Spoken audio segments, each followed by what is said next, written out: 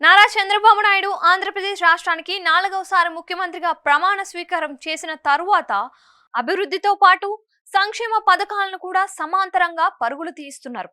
ఒకప్పుడు చంద్రబాబు అంటే కేవలం అభివృద్ధి అనే పదం వినిపించేది. అయితే సంక్షేమ పథకాలకు ప్రజలు అలవాటు పడిన తరువాత వాటిని కొనసాగించడమే కానీ తీసేస్తే రాజకీయంగా తీవ్ర నష్టం వాటిల్లుతుంది అనే విషయాన్ని ఆయన గుర్తించారు.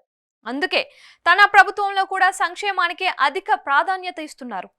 వివిధ రకాల పథకాలను అమలు చేసుకుంటూ వస్తున్న ఏపీ ప్రభుత్వం తాజాగా రేషన్ కార్డులు ఉన్న వారికి శుభవార్త వినిపించింది. గత ప్రభుత్వ హయాంలో బియ్యంతో పాటు మరో 2 సరుకులను మాత్రమే అందజేసేవారు. ఎండియు వాహనాల ద్వారా వీధి చివరకు వచ్చి ఆ వీధిలో ఉన్న వారందరికీ అందించి వెళ్లేవి. ఈ పథకంలో అన్ని లొసుగులే ఉన్నాయని, ఇంటింటికి బియ్యం అందజేయడం కానీ వాహనాల ద్వారా కానీ ప్రజలకు లబ్ధి చేకూరలేదని చంద్రబాబు అభిప్రాయపడ్డారు. పౌర సరఫరాల శాఖపై నిర్వహించిన సమీక్షలో ఈ విషయాన్ని చెప్పారు.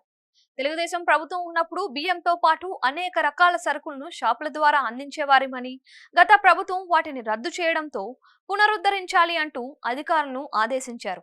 బియ్యంతో పాటు కందిపప్పు, పంచదార, గోధుమ పిండి, రాగులు, ఉప్పు, నూనె లాంటి నిత్యావసరాలను ప్రజలు పొందేవారు.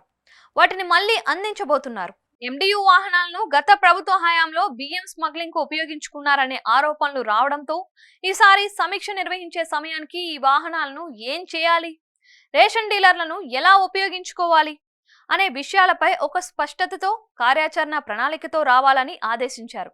ఎండియు వాహనాల వల్ల ప్రభుత్వానికి నష్టమే కానీ ఎటువంటి లాభం లేదని మంత్రి నాదెండ్ల మనోహర్ తో పాటు ఉన్నతాధికారులు కూడా తెలిపారు. గత ప్రభుత్వ హయాంలో 1,844 కోట్లతో 9,260 వాహనాలను ప్రభుత్వం కొనుగోలు చేసిందని, వీటిలో అవినీతి జరిగిందని మంత్రి తెలిపారు. దాదాపుగా వీటిని రద్దు చేసే అవకాశం ఉందని, కాకపోతే ఈ వాహనాల కొనుగోలు బకాయిలు ఇంకా చెల్లించాల్సి ఉంది అన్నారు.